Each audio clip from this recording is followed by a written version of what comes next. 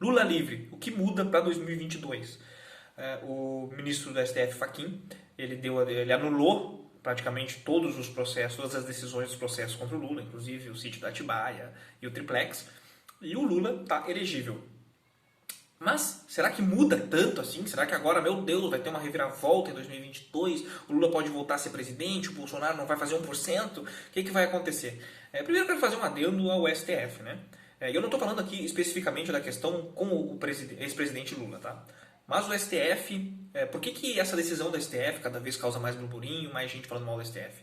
Cara, o STF ele tem sido desmantelado como uma instituição, né? Tem passado vergonha. O STF é uma instituição criada simplesmente para ser guardiã da Constituição, simplesmente para, quando for necessário, interpretar a Constituição, dar um norte para o que está escrito lá, e nunca jamais para interferir em outros poderes, como a gente viu, ou para vir tomar decisões e julgar coisas que não lhe cabem. Tá? Não ser o acusador e o julgador, como a gente viu. Só que o que acontece? Não é o ministro Alexandre de Moraes que está sendo queimado lá. Não é a carreira do Barroso que está sendo queimada lá. É uma instituição, é a nossa Suprema Corte. É uma Suprema Corte Nacional, é o mais alto grau de justiça de um país. Quando tu queima essa instituição, que vai seguir, vai perdurar, os ministros vão se aposentar, mas ela vai seguir existindo ao longo, a gente espera assim, é muito ruim. Porque olha o que acontece, tu acaba criando um descrédito no próprio povo. Tem o lunático, o bolsonarista lá, que já está dizendo que nós temos que derrubar o STF não serve para nada.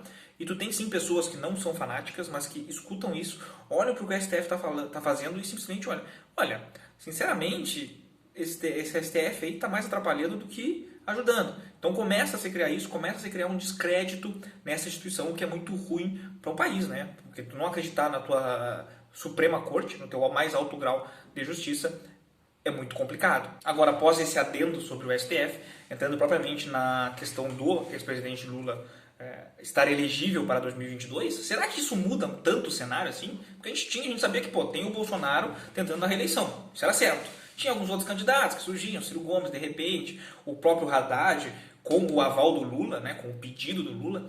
Mas o que eu penso é, será que o Lula vai se candidatar mesmo? Ele mesmo falou, deu uma declaração um tempo atrás que estava velho, que não ia mais concorrer. E eu fico pensando o peso e o quão o gasto político do Lula concorrer e perder. O quão é arriscado tu te candidatar e de repente perder. Aí simplesmente acabou todo o mito em volta de ti. E o Lula é um macaco velho, ele é um cara muito esperto. Talvez seja aí o político mais habilidoso que nós temos no Brasil depois do Getúlio Vargas. Então ele é um cara que consegue muito bem ver esse cenário. Então eu ainda tenho minhas dúvidas sobre se realmente ele vai pleitear, né, e vai se candidatar à presidência em 2022. Agora o outro ponto é o pessoal achar que o Bolsonaro está morto. A verdade é que isso, no meu ponto de vista, até ajuda o Bolsonaro. Tá? Uma eleição polarizada, como foi a última e como foi Dilma e Aécio, tende sempre a ajudar um candidato, que é o cara que mais polariza. Né? Então, tudo que o Bolsonaro quer politicamente é uma eleição polarizada. Porque uma terceira via nessas eleições de 2022 com certeza sairia na frente. Uma terceira via mais de centro, mais apaziguadora, né? Sem Bolsonaro versus PT. Tu imagina que concorra o Bolsonaro e concorra o Haddad de novo, né? Na polarização.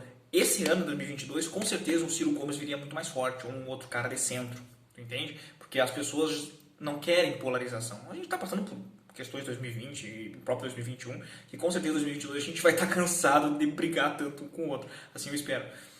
Agora, quando o Lula volta, e aí acabou. O segundo turno é Bolsonaro e Lula, se o Lula ser candidato. Aí a gente tem uma polarização muito grande, né? E a gente tem que tomar cuidado. A gente tem sempre que lembrar que o candidato que está se reelegendo é sempre o candidato mais forte. Sempre. Por quê? Porque ele tem grana, ele está no poder, então ele pode fazer projetos no último ano que ele nunca fez, pode aprovar coisas que ele não aprovou nos próximos 3 anos, porque o que vale é a reeleição. A gente tem sempre lembrado do que a ex-presidenta Dilma falou em 2013, né, 2014. Vamos fazer o diabo para nos reelegermos. E um presidente ele pode fazer o diabo, porque ele é o presidente para se reeleger. Entende o que eu estou te falando? Então, assim, o cara que está concorrendo à reeleição ele é sempre o candidato mais forte. O Bolsonaro é o mais forte nessa eleição. E se tu polarizar com o Lula, é tudo que ele quer.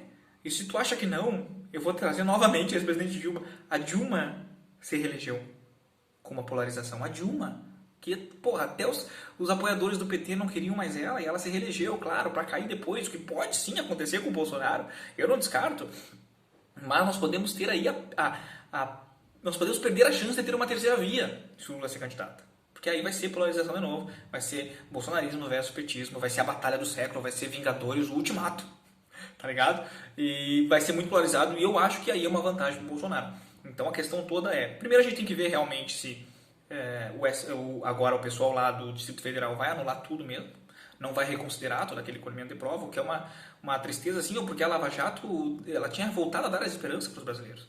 O brasileiro, porra, os caras corruptos lá foram presos, nunca tinha sido antes, agora a gente parece que está indo para um caminho, e aí foram aos poucos desmantelando a Lava Jato, que começa com aquela falha política do Moro, né, em sair do governo, em ter feito daquele teatro, e acabou respingando muito mais nele e dando muito mais, muito mais poder, muito mais credibilidade para o Bolsonaro. Depois o próprio Bolsonaro foi desmantelando a Lava Jato e agora está por terra, nem sequer dá para dizer que exista a Operação Lava Jato. Então depende muito do pessoal do Distrito Federal usar ou não, né? Dar uma revida para a Lava Jato ou não. Se realmente se confirmar que não, e o Lula for elegível e ele realmente se confirmar que vai disputar as eleições de 2022, talvez o cenário não mude tanto. Talvez a gente siga a mesma polarização que nós estamos vivendo no Brasil desde 2013, 14, 15 e assim vai por diante. Talvez a gente vai ter eleições muito mais polarizadas que 2018.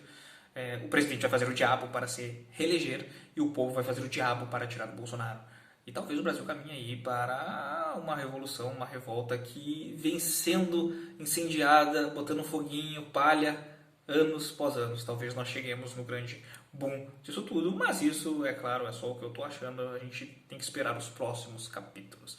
Agora a questão toda é, já comprou dólar hoje? Já comprou Bitcoin hoje? Tu viu que a bolsa caiu, né? Tu não pode ficar só dependendo do que acontece na República do Bananal, não dá, velho. Tu tem que te proteger, né? Tem um princípio estoico, que eu tô lendo bastante estoico, que é o seguinte: controle o que você pode e aceite o que não pode.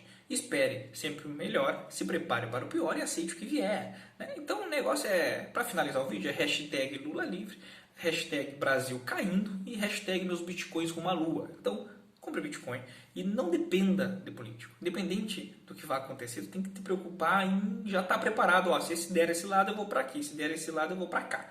Então, mas vamos aguardar os próximos capítulos. Talvez a gente tenha mais vídeos sobre isso. Por hoje é isso. Valeu.